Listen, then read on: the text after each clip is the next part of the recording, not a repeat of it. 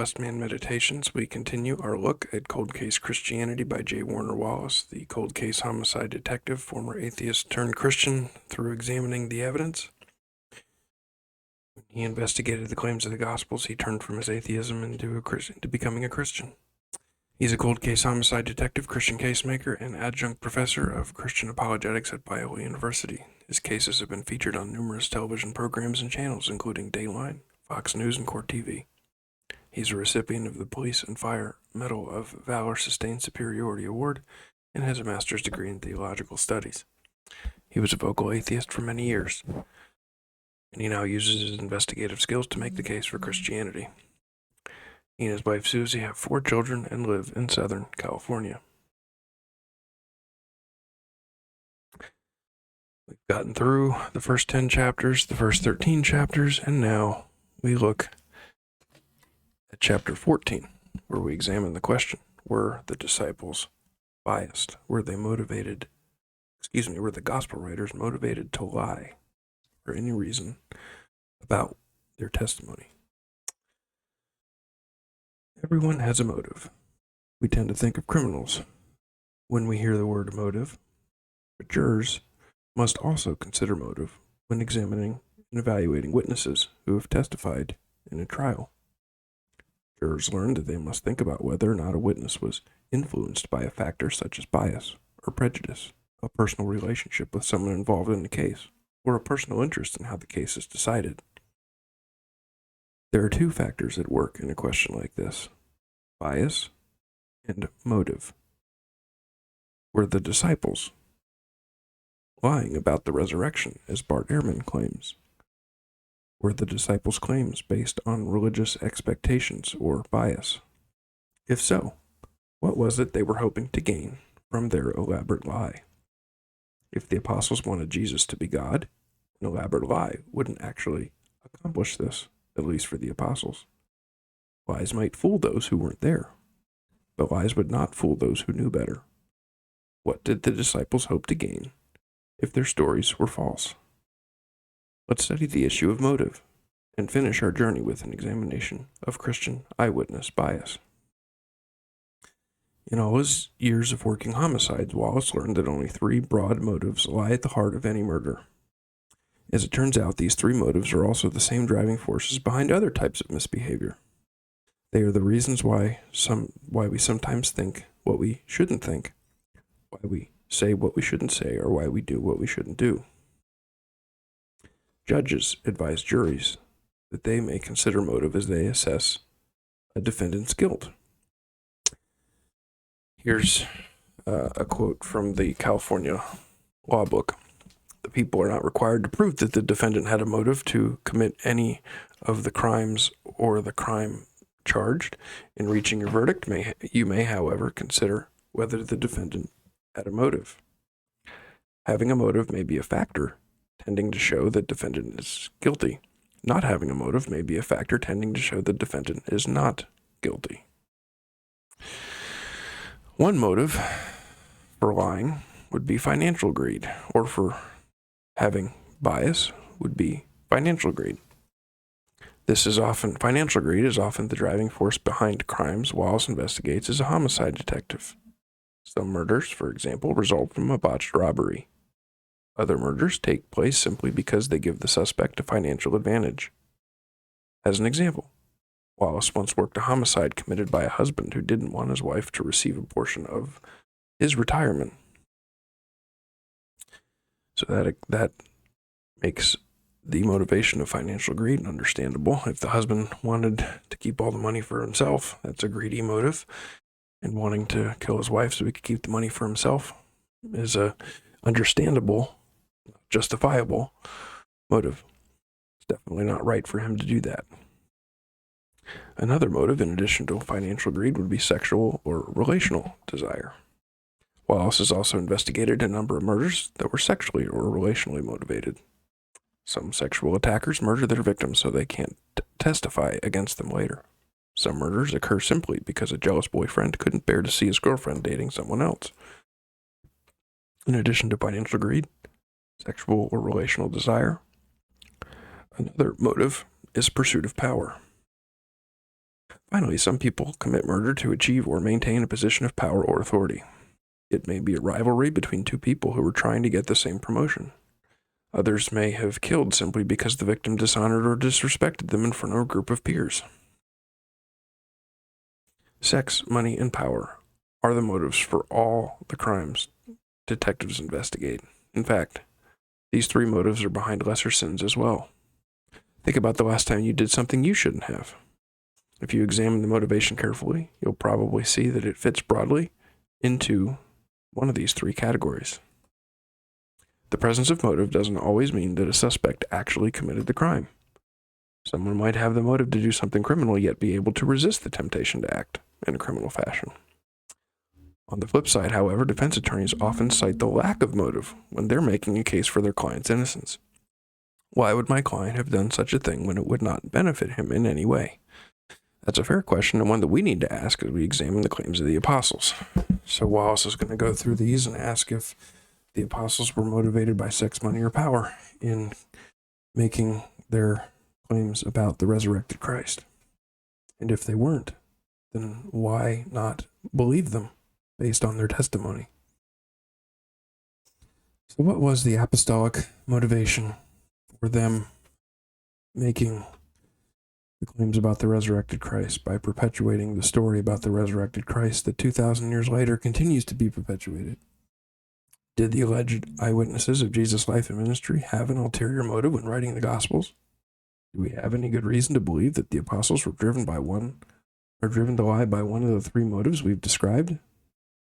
Sex, money, or power? No. There's nothing in history, neither Christian history nor secular history, to suggest that the disciples had anything to gain from their testimony related to Jesus. First, we will examine how the apostles were not driven by financial gain. There are many ancient accounts describing the lives of the apostles following the time period recorded in the book of Acts. Local believers in a variety of ancient communities wrote about the activities of the individual disciples as they preached the gospel across the region. None of these texts describe any of the disciples as men who possessed material wealth. They were not rich people, at least as you compare it to 21st century Western civilization standards. The disciples repeatedly appear as men who were chased from location to location, continually abandoning whatever property they owned and vacating whatever homes they were borrowing. Yeah, they had no home. Jesus was a man who said that he had no place to lay his head. They were running for their lives, escaping persecution. No, they're not motivated by financial gain. The disciples were accustomed to living in this manner. They decided to leave their homes and families when they first began to follow Jesus. Peter acknowledged as much when he told Jesus, "Behold, we've left our own homes and followed you." The disciples rejected all material wealth, believing that the truth of the gospel provided eternal life, something that was vastly more valuable. That doesn't contradict what Paul said when he said that as the ox treads the grain and is allowed to eat what he is working on, so gospel ministers are allowed to receive their living from their work as gospel ministers. That is also a New Testament principle, but becoming inordinately wealthy was not their motivation. They can definitely, though, make their living by their gospel service. Paul described their impoverished financial condition many times, reminding his listeners that the apostles were both hungry and thirsty, and were poorly clothed, and were roughly treated, and were homeless. The apostles lived as unknown yet well known, as dying yet bold we live, as punished and yet not put to death, as sorrowful yet always rejoicing, as poor yet making many rich, as having nothing yet possessing all things. So they were materially oppressed in their conditions in preaching the gospel. They were so driven by their desire to know Christ and make him known in the lives of those who did not yet know him, that possessing material things was not even on their radar. If the disciples and apostles were lying for financial gain, their lies didn't seem to be working. Those who watched Paul closely know that he was dedicated to spiritual life rather than material gain. He coveted no one's silver or gold or clothes. The other apostles were in a very similar financial situation. When Peter and John were in Jerusalem in the first half of the first century, they were approached by a poor disabled man who asked them for money. Peter told that poor disabled man, "I do not possess silver and gold, but what I do have I give you. In the name of Jesus Christ of the Nazarene, walk." So instead of passing on physical resources, it was more important to Peter that this person to whom he spoke in this account knew Christ, and that he rose from the dead and that he died for him. And so he preached Christ to him and gave and commanded him to get up and walk, knowing that Christ gave him the power to execute that miracle. The disciples were consistently described as having chosen a life of material poverty in pursuit of spiritual truth. When James described the rich, as in James chapter 5, he always did so in the second person. He didn't include himself as one of the rich in their numbers. The apostles never described themselves as wealthy. Instead, they warned those who were rich that their wealth could indeed threaten their perspective on eternal matters. Right? If we're so consumed with laying up treasures on earth, then we will be too distracted to pursue eternal matters and lay up treasures in heaven. James described his fellow believers as joyfully impoverished. He said in James 2:5, "Did not God choose the poor of this world to be rich in faith and heirs of the kingdom, which he promised to those who love him?" Those who are not distracted by acquiring earthly goods and the possession of wealth, those who are not distracted by those things can be better, less distracted, and better equipped to serve kingdom functions. The apostles gained nothing financially from their testimony of Jesus' life and ministry. The New Testament letters of Paul were written very early in history to people who knew Paul personally. If Paul was lying about his financial situation, if he was really wealthy, when he claimed not to be, his readers would have known it. And they would have put a stop to Paul's lies, and Paul's testimony, as recorded in the New Testament, would not have circulated and become what it is today. All the non-biblical accounts related to the lives of the apostles, whether legitimate or legendary, affirmed the poverty of the disciples as they traveled the world to proclaim their testimony. The most reasonable inference from the early record of the New Testament documents and the agreement of the non-biblical record is that the writers of the New Testament were contentedly penniless as they proclaimed. It is reasonable to conclude that financial greed was not the motive that drove these men to make the claims they made in the Gospels. In fact, they remained impoverished primarily because of their dedication to their testimony. So, we've ruled out the apostles being driven by financial gain. Let's see if the apostles were driven by sex or relationships.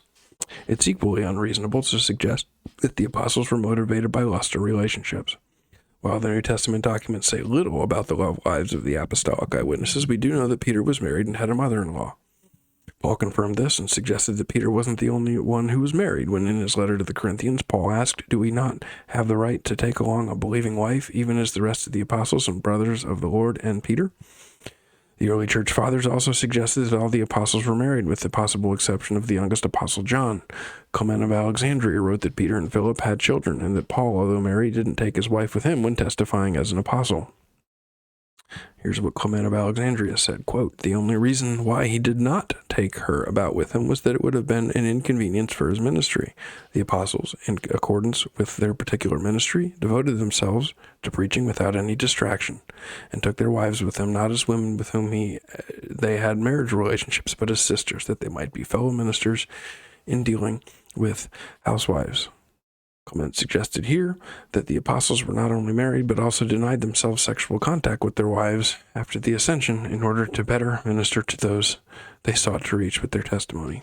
Ignatius also referred to the apostles as married men. Ignatius said, quote, "For I pray that being found worthy of God, I may be found at their feet in the kingdom, as at the feet of Abraham and Isaac and Jacob, as of Joseph and Isaiah, and the rest of the prophets, as of Peter and Paul and the rest of the apostles, that were married men. For they entered into these marriages not for the sake of appetite, but out of regard for the propagation of mankind." End quote. Like Clement of Alexandria, Ignatius also reported that the apostles held a view of sexuality that placed their testimony ahead of their personal desire. This was affirmed by another early Christian author named Tertullian, who wrote early in the 3rd century. So, furthering the Christian message instead of satisfying personal desires was the primary motivation for the apostles. Here's what Tertullian said, quote, "The apostles withal had a license to marry and lead wives about with them. They had a license, too, to live by the gospel. The apostles had a right to bring their wives with them on their journeys, and some may have done so. In any case, it's clear from both the biblical record and the non-biblical historical record that the apostles were careful to live their sexual lives in a manner that was beyond reproach. In fact, while other men within the culture often had more than one wife, the apostles allowed men to rise to leadership only if they limited themselves to one wife. Right, it was a requirement for an elder to be the husband of one wife. The 12 apostles were not 12 single men in search of a good time. They weren't using their position or testimony to woo the local eligible women. If the apostles were motivated by sexual desire, there's certainly no record of it in the ancient writings of the time and no hint of it in their own texts. They were married men, most likely, who held chastity and sexual purity in high regard. The most reasonable inference, given what we know about the lives of the apostles, is that sexual or relational desire was not the motive that drove these men to take the claims they made in the Gospels, They were not motivated by money. They were not motivated by sex or relationships. Let's see if they were driven by the pursuit of power. Some skeptics have argued that the apostles were motivated by a desire to be powerful within their individual religious communities, influence, authority. Can they have influence and authority over people? Can they control the minds of the people in an illicit way? They will often point to the power the Christian leaders eventually had in Rome when Christianity became the state-sponsored religion in the 4th century. There's no doubt that the popes of the Roman Catholic Church eventually became incredibly powerful, both religiously and politically. But when we examine the lives of the 1st century apostles, they bear little resemblance to the lives of the Roman Catholic popes. Power has its perks, not the least of which is the ability to protect oneself. This kind of power was never available to the apostles.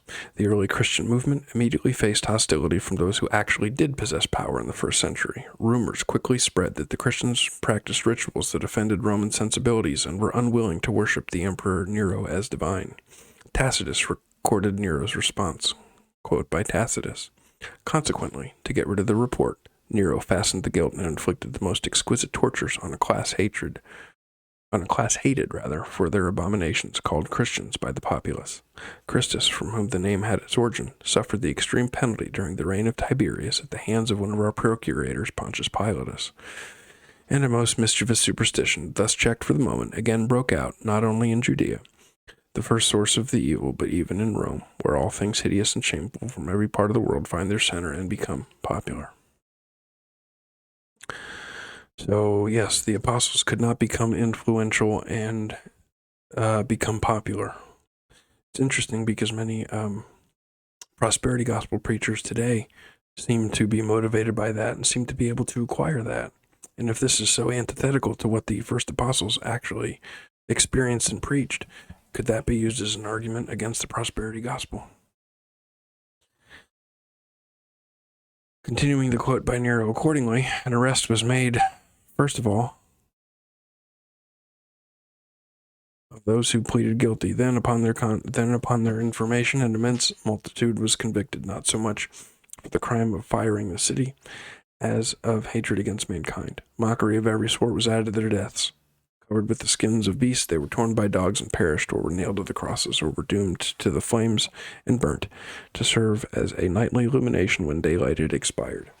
So would the apostles be motivated to propagate a lie, knowing that this was the fate that awaited them? This brutal execution was awaiting them? That doesn't make any logical sense, that the apostles would knowingly lie about something that they knew would cause them to have their lives ended like this. At this early point in Christian history, leadership within the Christian community was a liability rather than an asset. Prominent believers and leaders who openly admitted their allegiance to Christ, pleaded guilty, and refused to recant this allegiance were the first to die. If they openly professed Christ and did not fight the accusations railed against them, they would die. It was the first it was during this time in history when Peter and Paul were executed in Rome, but they weren't the only apostles whose prominence as Christian leaders cost them their lives. The non-biblical histories and writings related to the lives and ministries of the 12 disciples consistently proclaimed that the apostles were persecuted and eventually martyred for their testimony. The apostolic eyewitnesses refused to change their testimony about what they saw, even though they faced unimaginable torture and execution. Only John appears to have escaped martyrdom. By then, too, was exiled and persecuted for his position as an apostle. So persecution, martyrdom, and exile is what awaited the apostles. And they continued to preach the message that gave them that persecution, exile, and martyrdom. Persecution was the uniform experience of the apostles long before they were executed for their faith. Paul's experience, as he told it in 2 Corinthians 11, was sadly normative for the apostles. Paul told the Corinthians that he received 40 stripes, he was beaten with rods, he was stoned, he was shipwrecked, went on long trips, was in dangerous water, was in danger of robbers, was in danger of people from his hometown, was in danger from Gentiles, was in danger wherever he went. But he was motivated by his concern for the churches, that they knew the truth, so the danger was worth the cost to him to continue to preach the gospel. As the apostles rose to a position of leadership, they made themselves a target of persecution and abuse. The more prominent they became, the more they risked their deaths at the hands of their adversaries. The most reasonable inference given what we know about their deaths is that the pursuit of power and position was not the motive that drove these men to make the claims they made in the Gospels. So they weren't motivated by money, sex or relationships, or power. If a defense attorney were representing any of the apostles, defending them against the accusation that they lied about their testimony, the attorney could fairly ask the question, why would my client have done such a thing when it would not benefit him in any way? Certainly, there was no benefit to any of the apostles in the three areas we would expect to motivate such a lie. So we know that the apostles were free from ulterior motive. Motive is a key factor that jurors must assess when evaluating the reliability of witnesses. That's why judges advise jurors to ask questions like, was the witness promised immunity or leniency in exchange for their testimony? We need to know if something other than a simple desire to report the truth motivated the witnesses to say what they said. I think we've established that for the disciples, witnessing the resurrected Christ, knowing that the truth of the gospel was ultimate truth, that was their desire to report the truth. As we examine the motives of the gospel writers, it's clear that the forces that typically compel people to lie didn't drive the authors. The apostles were free from ulterior motive. But what about bias? Even if the disciples didn't possess one of the three self-serving ulterior motives, how do we know the gospel writers weren't simply biased? Judges encourage jurors to find out if the witness was influenced by a factor such as bias or prejudice, a personal relationship with someone involved in the case, or a personal interest in how the case is decided. If a witness held a preconception or partiality as he or she watched the event, that bias might have influenced how the witness interpreted what he or she saw. Bias can cause people to see something incorrectly. Were the apostles biased in such a way that they saw something incorrectly? So, is this why some continue to deny it? Some skeptics base their distrust on the Gospels and of the non-biblical accounts of the apostles' lives following Jesus' ascension on the possible presence of bias, even though there's no evidence to suggest that the apostles were motivated by greed, lust, or power. Critics are still suspicious of the Gospel accounts. Let's look at the reasons behind their suspicions and include them in our final evaluation, utilizing abductive reasoning. So, one of the other reasons why some continue to deny it is that they say that because the Gospels were written by Christians, they can't be trusted. Skeptics have argued that the Gospels can't be trusted because they were not authored by objective non-Christians. Right. What's ironic about this is that non-Christians are often not objective either, because their bias against the supernatural prevents them from examining evidence objectively. The New Testament records, according to this view, were written by biased Christians who were trying to convince us of their religious perspective. Critics claim that these Christians observed the events through a charged religious lens and then reported the events from this charged religious lens. As a result, the gospel narratives are biased and unreliable, so goes the claim. But this is not an accurate description of what occurred in the first century as the gospel eyewitnesses observed the life and ministry of Jesus. To illustrate this point, Wallace gave an example from one of his cases. Many years ago, when Wallace was working robberies, a local bank got robbed. The suspect, named Mark Hill, entered the bank in the afternoon and waited in line to approach the teller. He stood in the lobby for 2 to 3 minutes, waiting to walk up to the counter, where he eventually gave the teller a demand note and flashed a handgun in his waistband. While he was waiting for the opportunity, a bank employee named Kathy Smalley saw him standing in line. He was working as an assistant manager and had a desk located in the lobby adjacent to the teller line. She recognized Mark and as he waited for his turn. Kathy had attended high school with Mark and recognized him because he was a talented and popular athlete. Even though many years had passed, Kathy still recognized Mark with certainty. Mark, on the other hand, was focused on the robbery he was about to try to commit as he waited to rob the bank, and he never even looked up to see Kathy watching him. Mark eventually approached the teller, whose name was Deborah Camacho, and completed his robbery. Deborah gave Mark the money, and he demanded, and then Deborah pushed the silent alarm button as Mark turned to walk away. Deborah motioned quickly to Kathy, who was sitting within her view. Kathy recognized the fact that Deborah had just been robbed. Kathy couldn't believe that Deborah had just been robbed by Mark, the one she went to school with. Kathy never considered Mark to be the kind of person who would commit a robbery. In fact, Kathy thought Mark got an athletic scholarship after high school and assumed he became a successful athlete and college graduate. When Kathy first saw Mark enter the lobby, she never thought he was about to commit a robbery. After the fact, however, she was certain Mark was the robber. She was now a true believer in Mark's guilt. After all, she saw it with her own eyes. You might say Kathy was now a Mark Hillian believer related to the robbery. Should Wallace, as the investigator in this case, trust Kathy's testimony implicating Mark as the robber? Isn't she too biased to be a reliable witness? Kathy is not neutral about what she saw in the bank. She has a perspective and opinion about the robber's identity. She is a Mark Hillian believer. She is certain that of all possible truths related to who committed the robbery, only one is accurate. If she's this biased, how can the investigator trust what she has to say? Can you imagine how ridiculous this concern would be? Kathy didn't start off with a bias against Mark or make a presumption that tainted her observations. In fact, she was shocked to find that Mark was capable of committing such a crime.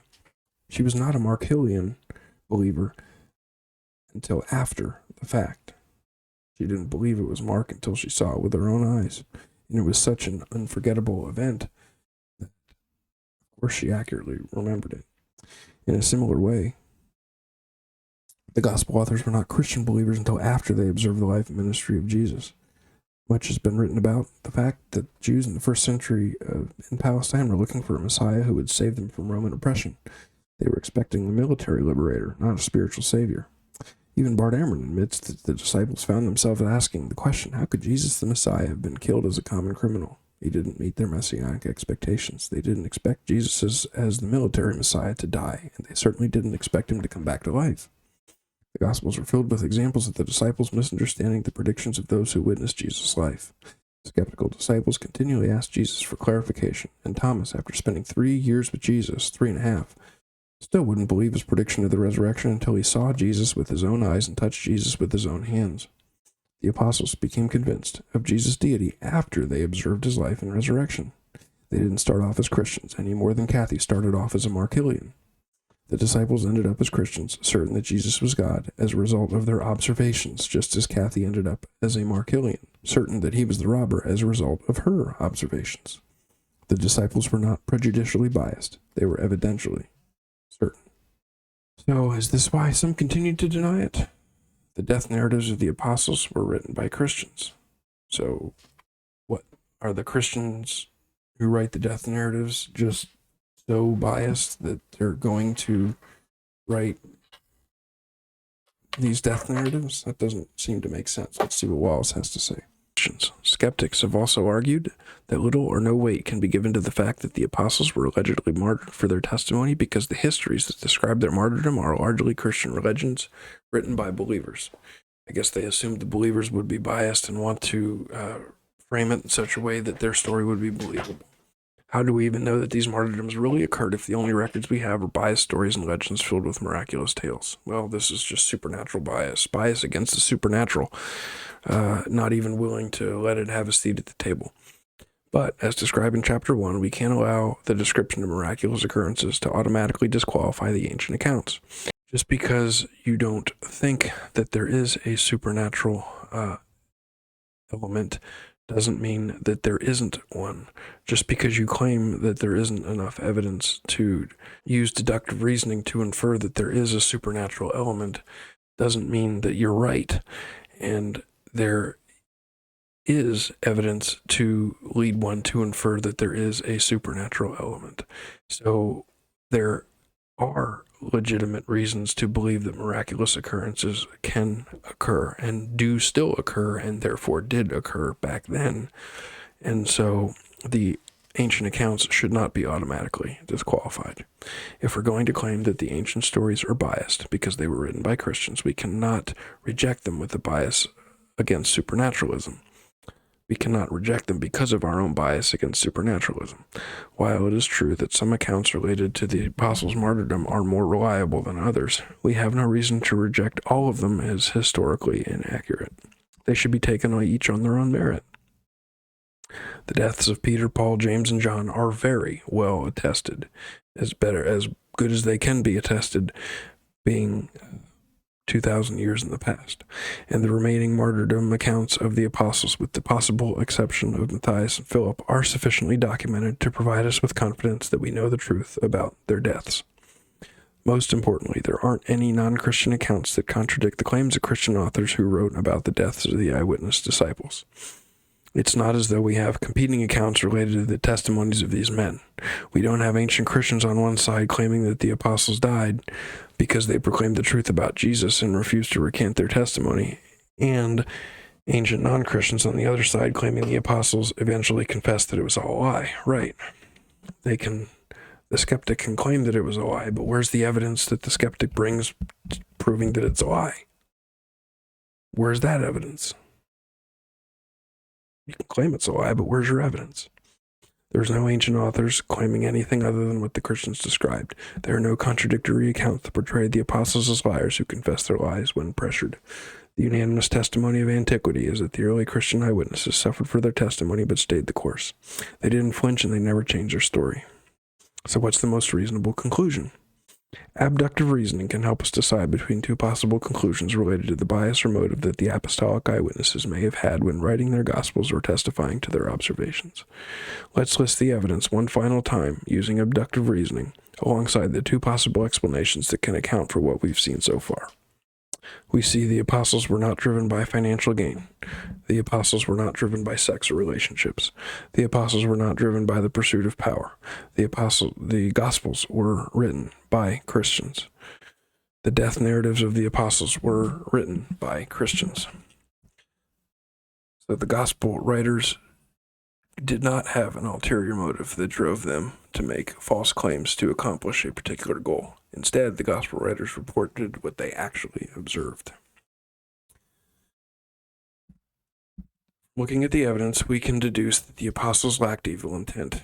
They simply couldn't benefit from lying about what they saw. In fact, they would have been far better if they had kept their mouths shut. At least they would have been far better temporarily by keeping their mouths shut.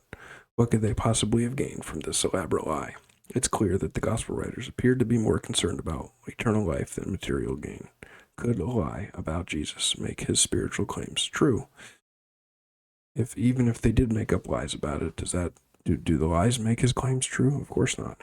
Does it make sense that the disciples would forsake everything for spiritual claims they knew were untrue? No. Yeah. Frank Turek would say something like, people die for what they believe in all the time.